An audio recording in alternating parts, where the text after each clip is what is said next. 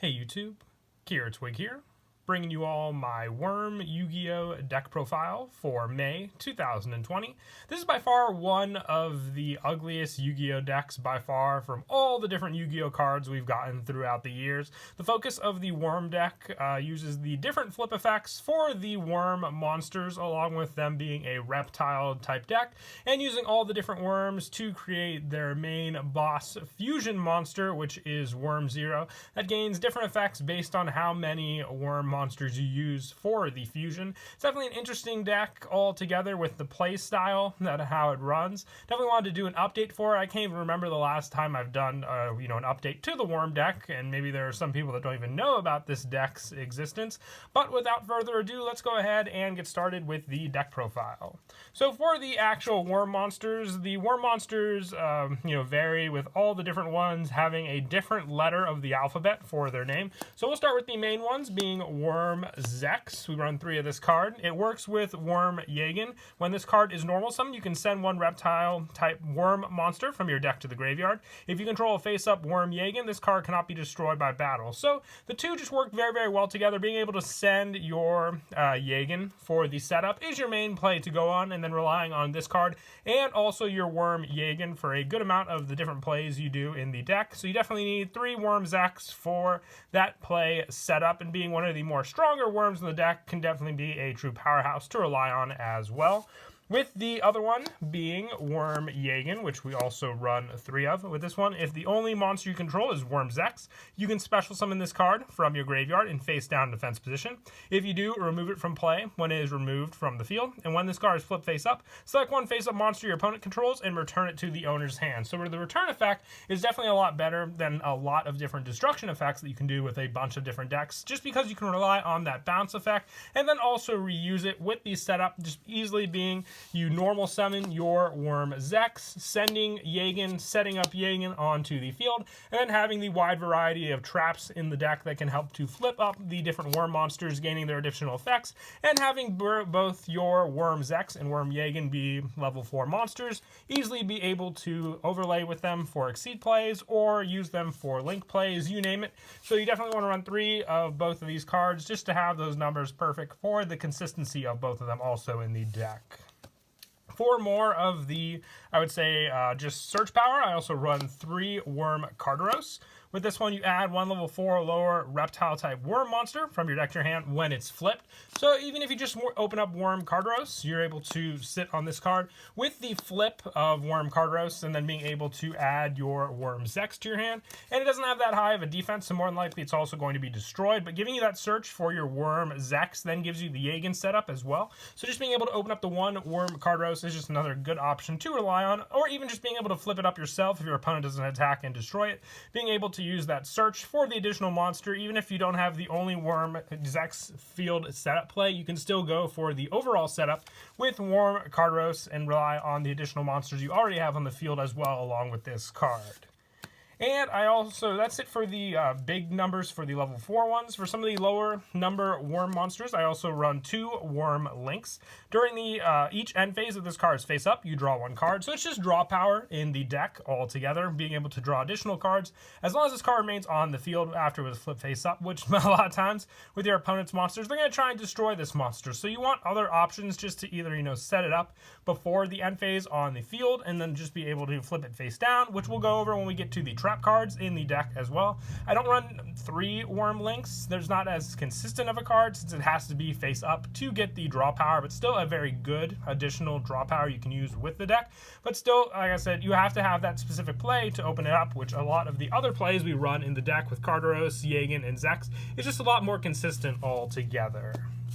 For some of the bigger boss monster worm monsters we run in the deck, I also run 3 Worm King. This card can be tribute summoned in face-up attack position. By tributing 1 reptile-type worm monster, you can tribute 1 reptile worm monster to select 1 card your opponent controls and destroy it. So if you have your setup already, like let's say you still have your Yagen on the field and your Zex. If you flip up the Yagen, and then you get the bounce effect, you can then, if you have a normal summon that turn already, tribute one of the 2 worms to bring out the Worm King, which would normally need 2, and then use the other tribute of another worm monster to destroy another card on your opponent's field. Additionally, having the bounce effect with the Worm Yagen, you also get the additional pop effect for the tribute for your Worm King, and then having the 2700 attack point monster on the field to use as well is a big plus for sure. That's why I like to run 3 of this card. You easily can have the lower level worm monster setup on the field, but you need that, boss monster power as well in the deck, just so you have other options to go against your opponent altogether. And I also run the 1 Worm Queen. I just wanted one other boss monster option. You can tribute summon this card in face of attack position by tributing 1 reptile worm monster. And once per turn, you can tribute 1 reptile worm monster to special summon 1 reptile worm monster from your deck with a level less than or equal to the tributed monster. It's another reason why I do like to run the Worm Links as well, just so you can have the lower level options. So, most of the time you don't have to tribute the Worm King as well. For that tribute special summon, you can rely on the tributing of your other worm monsters and then going for the lower level Worm Links to rely on for that option with your Worm Queen. So I only run the 1 though. It's not as good, I would say, as the destruction effect of Worm King, but still a great option to rely on for a lot of your other special summoning and just clearing out the deck of some other cards also. And also, with all of the worm monsters being light, I am also running 3 Honest. This is a good option to have for the hand trap options, just so you can keep your monsters on the field, especially with cards like, let's say, Worm Links. If I flip it up and then just have the flip effect during the end phase, you can then rely on this card next turn to be face up still if you drop Honest on your opponent's turn, and then just, increase the attack of your Worm Links on the field, and then destroy any of your opponent's monsters that attack into it with that damage they'll take after you drop Honest on the field. And that is it for the monsters. We'll now move on to the spells. For one of the very useful spells, I'm running 3 Worm Call. Once per turn, if your opponent controls a monster and you control no monsters, you can special summon 1 reptile worm monster from your hand in face down defense position. So it doesn't limit to what level worm monster you can summon with this card. Just being able to special summon 1 reptile type worm monster, which is all the different worm monsters we run in the deck. So Worm Call gives you that option to easily get out some of your other boss monsters in the deck altogether. They have to be face down, but still a much quicker way to rely on, but also just being able to, set some of the other ones which have the flip effects for the worm monsters on the field as well for that special summon is a big plus for sure. And why I like to run 3 of this, it just helps speed up a lot of the different plays we run in the deck altogether. And with one of our big boss monsters being in the extra deck, which is Worm 0, I am also running the 3 Future Fusion. You just need, during your first standby phase after this card's activation, show 1 fusion monster from your extra deck and send the fusion materials listed on it from your main deck to the graveyard. So with Worm 0, you just have to, the 2 or more reptile type worm monsters for this card. So then being able to send all the different worm monsters to the graveyard, you can send as many as you need for your Worm 0, and then just having the different effects, which we'll get to more when we discuss the extra deck, but a big help for sure for just setting up all the different worm monsters in your graveyard to use. And for the additional fusion options, I also run the 2 polymerization. For the hand fusion options, when it comes down to it, if you have the polymerization, just using 2 worm monsters to quickly get out Worm 0 as well is another option, but the big power play definitely comes from the future fusion and just being able to rely on that for the overall setup of a ton of different worms in your graveyard to use also. And for some of the other spells, I also run 3 Call by the Grave, just a good way to stop a lot of my opponent's monster effects in the graveyard, especially ones that could disrupt the worm plays, whether it be the search power or, just if my opponent effect failures. When I try flipping up some of the worms myself, especially with ones like Worm Links, they definitely mess up the plays altogether. And for some of the one-ofs, I run 1 Monster Reborn and 1 Foolish Burial, just the setup for Yagen, and then Monster Reborn being able to give me more resources back onto the field is why I really do like these cards in the deck. And that is it for the spells. We'll now move on to the traps. I run probably one of the best cards in the deck for the worms is W Nebula Meteorite.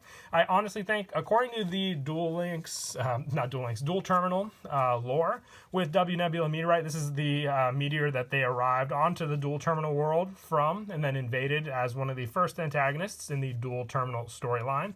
You change all face-down monsters on the field to face-up defense position. During the end phase of the turn, change all face-up light reptile monsters you control control to face down defense position, then draw 1 card for each. After that, you can special summon 1 level 7 or higher light reptile monster from your deck. So not only that, it basically works as the deck was supposed to. You basically change all face down monsters on the field to face up defense position, you know, activating the different effects, whether they're Yagen or the flip ones, and then being able to flip them face down again, and searching out the level 7 or higher reptile monster, which can be Worm King or your Worm Queen, depending on which one you want for the play. So like I said, it doesn't specify the worms, but it was definitely built for them. So you definitely want to run 3 of them in the deck. And since we're running all reptile-type monsters, another powerful card in the deck for sure is Rivalry of the Warlords. With this, each player can only control 1 type of monster, so just being able to control the reptile type really, you know, limits what your opponent can do altogether for their plays, especially if they're running a bunch of decks with, you know, just different resources to use. So I definitely like running 3 of this for that option also. And also the 3 back to the front, more resources on the field, and with our W Nebula Meteorite, we can just, you know, set those resources back down after, you know, changing them face up as well for those plays to rely on. And that is it for the main deck. When I move on to the extra deck, I run 3 Worm Zero, the boss monster. For the worm, it's basically all the combined forms of the worm monsters. You need 2 or more reptile-type worm monsters to make it. For each fusion material with different card names used to fusion summon this card, it gains 500 attack and also gains these effects. 2 or more, once per turn, you can select 1 reptile-type monster in your graveyard and special summon it in face-down defense position, which helps with all the different effects for our worm monsters. Or if it has 4 or more, you can remove from play 1 reptile monster in your graveyard to send 1 monster on the field to the graveyard. 6 or more, once per turn, you can draw 1 card. So altogether, gaining that amount of attack is definitely impressive, but the different effects, the send effect, the special summon effect, and the draw power all work very, very well together, being the true boss monster in the deck, combining all the worms and benefiting from all the different effects that they have to offer as well. For the rest of the extra deck, just so we have 1 more fusion option, I run 1 Mud Dragon of the Swamp. We don't run instant fusion, but just being able to make this normally with 2 monsters with the same attribute, but different types, whether you use light monsters from the extra deck along with the light reptiles in the deck, or you can even use Honest, giving you another fusion option with those cards as well, using your Mud Dragon. And for the Link monsters, I run 1 Hippo Shenengan for the light boost in the deck, 1 Nightmare Phoenix, 1 Nightmare Cerberus, 1 Underclock Taker, 1 Predaplant Vert Anaconda, 1 Nightmare Unicorn, 1 Borreload Dragon, and for the Exceed monsters, 1 Star Liege Paladynamo, 1 number 41 Baguska, 1 Tornado Dragon, and 1 Gagaga Cowboy. If you wanted to run King of the Feral Imps, it's another option. You could try taking out the Baguska or the Gagaga Cowboy for that place in the extra deck.